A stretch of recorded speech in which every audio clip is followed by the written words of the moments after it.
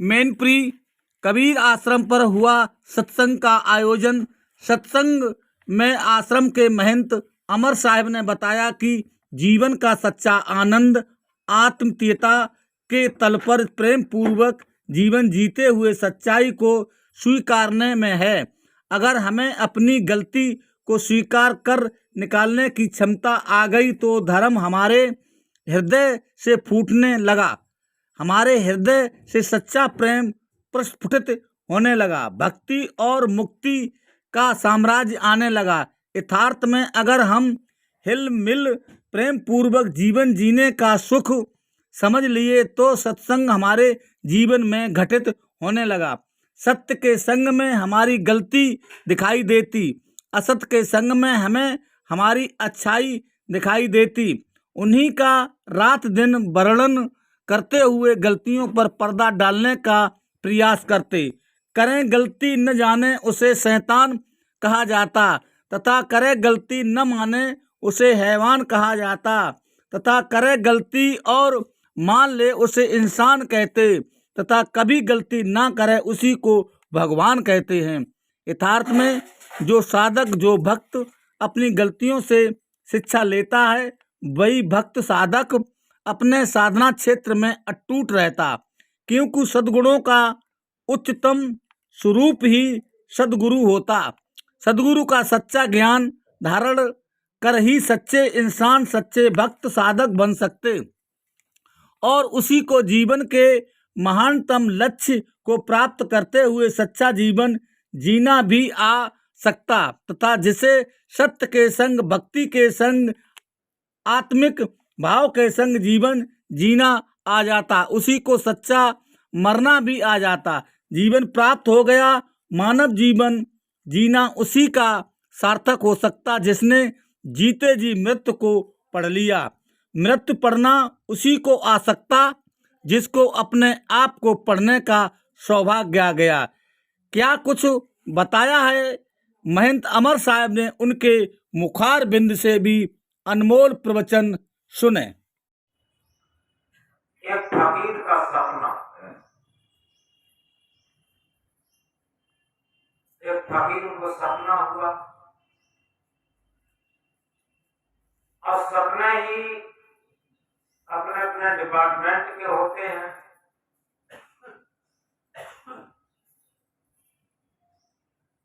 एक फकीर के सपने से पहले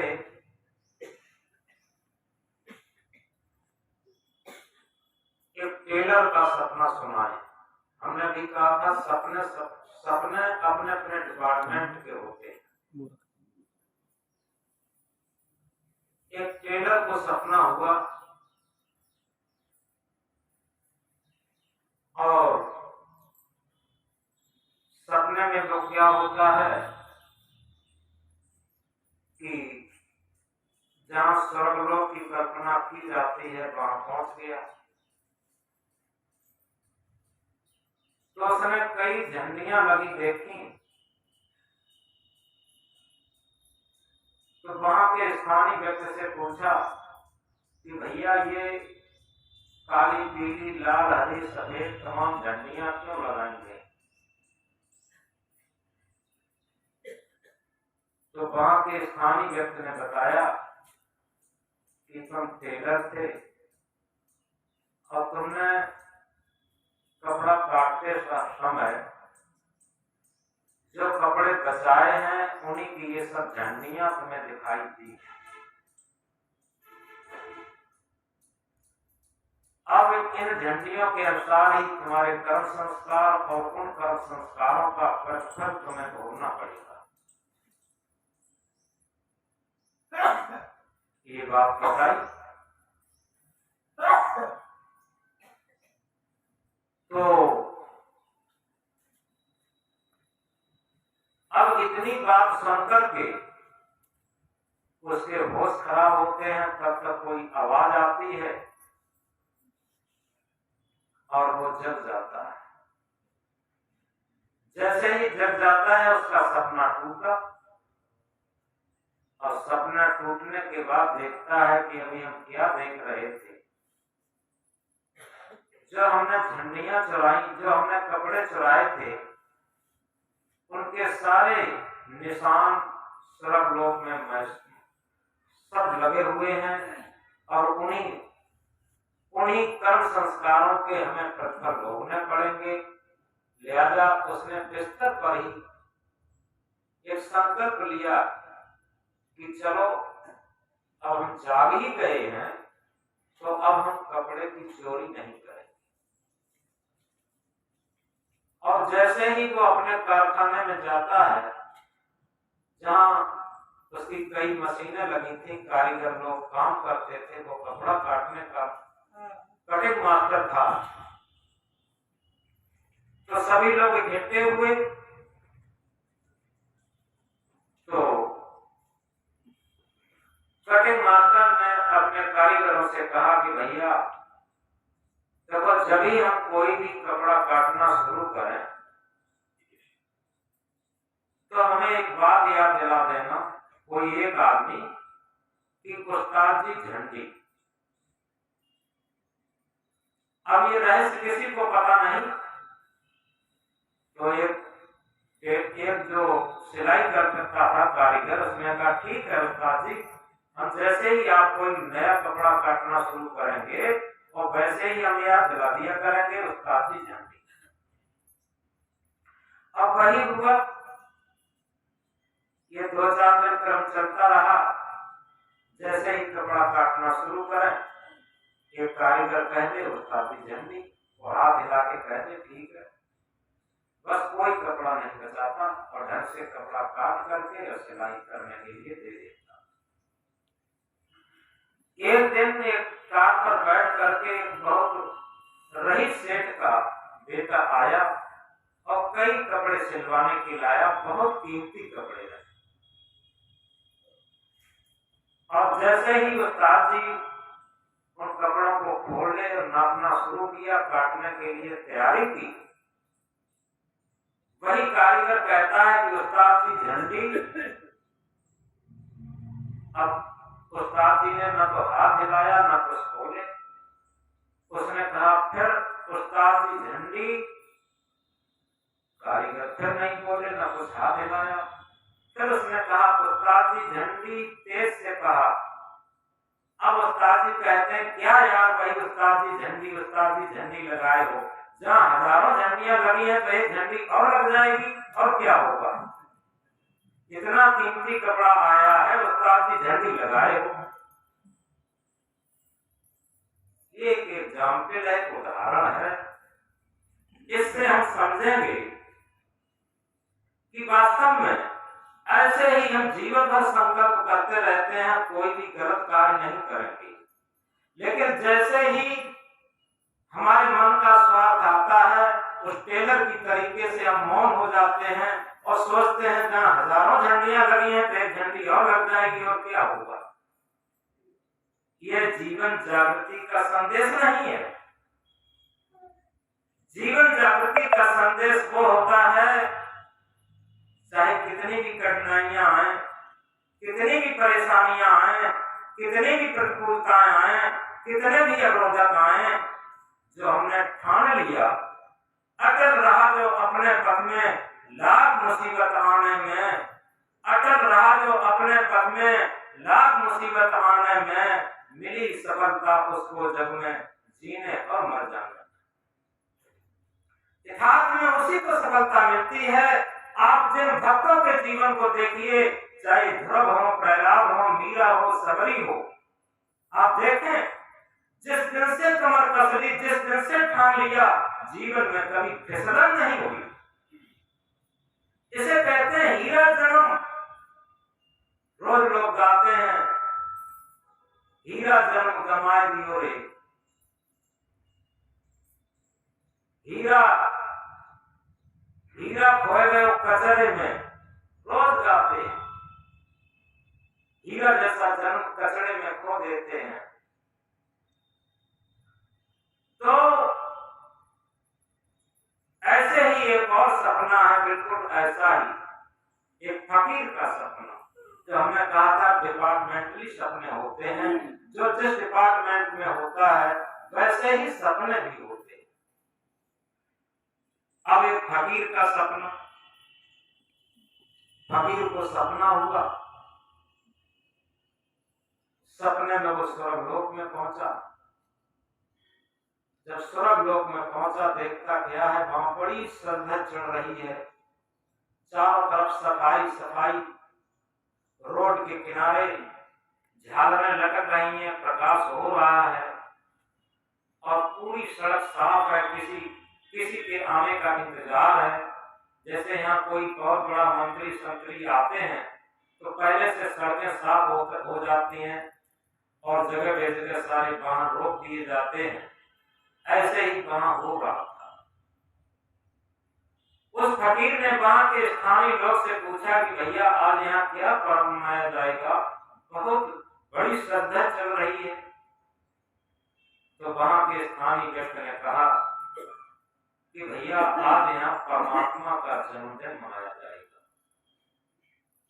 अब वो एकदम खुशी से उछल पड़ा फकीर, उसने कहा परमात्मा का जन्मदिन? हाँ, कि जब परमात्मा का जन्मदिन मनाया जाएगा तो परमात्मा देखने को भी मिलेगा। हाँ बिल्कुल मिलेगा। अब बड़ी सुकून से, बड़ी शांति में वो कहीं एक पेड़ के नीचे रोड के किनारे बैठ जाता है। वहां के स्थानीय व्यक्ति ने कहा भैया तुम यहीं पर बैठो, यहीं से परमात्मा की झांकी निकल के जाएगी और तुम्हें परमात्मा का दर्शन होगा। तो अब क्या देखता है, थोड़ी देर बाद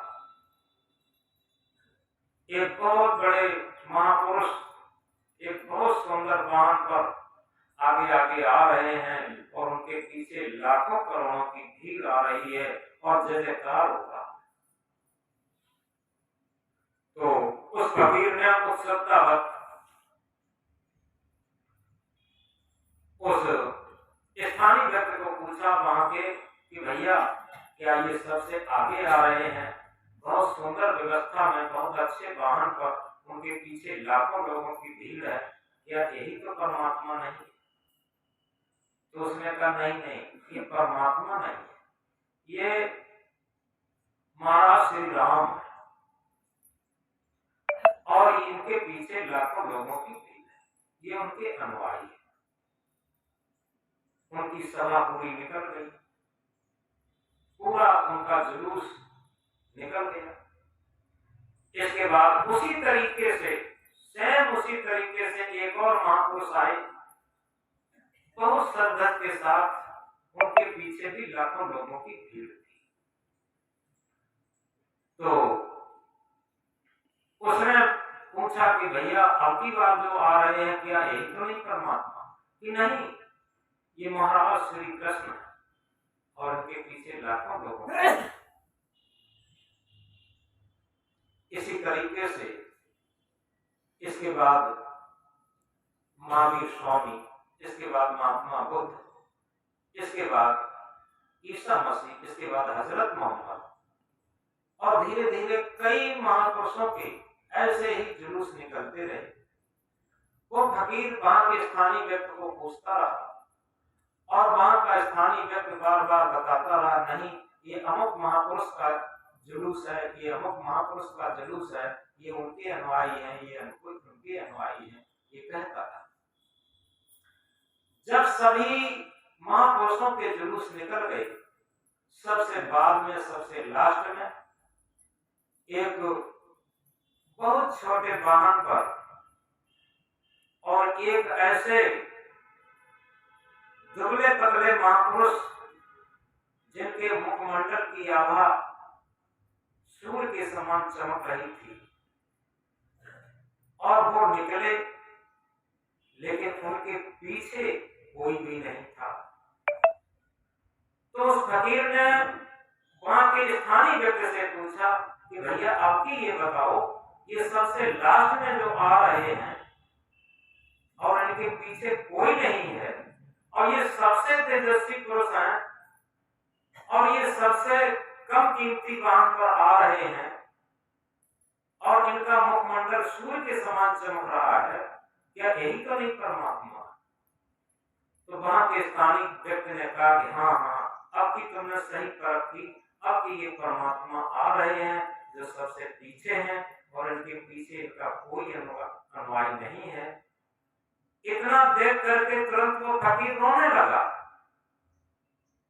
जब वो फकीर रोने लगा तो वहां के स्थानीय व्यक्ति ने कहा कि भैया तुम कैसे भागे आदमी हो? उसने कहा क्यों? अरे जब ये तमाम महापुरुषों के जुलूस निकलते रहे तब तुम कुछ नहीं किए और तुम तब से प्रतीक्षा कर रहे हो कि परमात्मा की जुलूस निकलेगा, परमात्मा देखने को मिलेंगे, कब परमात्मा देखने को मिलेंगे, और जैसे ही परमात्मा आए और तुम रोने लगे, इसका कारण क्या है? तो उस व्यक्ति ने कहा कि भले आदमी, रुलाई मुझे इसलिए आ रही है कि लोग राम के पीछे हैं, लोग कृष्ण के पीछे हैं, लोग महावीर के पीछे हैं, लोग बुद्ध के पीछे हैं, लोग ईसा के पीछे हैं, लोग मोहम्मद के पीछे हैं, सारे महापुरुषों के पीछे लोग हैं, लेकिन आखिर परमात्मा के पीछे कोई है ही नहीं, इसलिए हम रो रहे हैं। तो सच बात यह है, ये वहां की कथा नहीं, वो यहीं की कथा है। एक हाथ में हम सोचें, विचार करें कि हम अपने अपने मत मजहब का झंडा ऊंचा करना चाहते हैं, मत मजहब के महापुरुष की सबसे ऊंची झंडी करना चाहते हैं, लेकिन कभी विचार करके देखा कि जिसे सत्य आत्म परमात्मा का कहते हैं वो कहीं विभाजन नहीं है, वो राम कृष्ण बुद्ध महावीर कबीर मोहम्मद ईसा जरदुत कन्फ्यूशियस सबका एक ही है, अलग अलग परमात्मा नहीं है, अलग अलग परमात्मा हो ही नहीं सकते। और सच बात यह है कि हम पता नहीं किन किन मान्यताओं में भटक करके जो सत्य पद था, जो आत्म पद था, जो भक्ति का पद था, जो धर्म का पद था, उससे भटक जाते हैं, और जो शाश्वत सत्य है, यूनिवर्सल ट्रुथ है, यूनिवर्सल रिलीजन है, सार्वभौमिक धर्म है, उससे भटक जाते हैं। तो इस तरीके से सतगुरु कबीर साहब इंकलाब करके कहते हैं, सब घट तेरा साइया सोनी सेध न कोय, बलिहारी घटकास की जागट प्रकट हो। सभी घटों में परमात्मा विराजमान है, कोई भी घट सूना नहीं है, लेकिन सबसे बड़ी महत्व की बात यह है, उसी घट की बलिहारी है जिस घट से प्रकट हो जाए।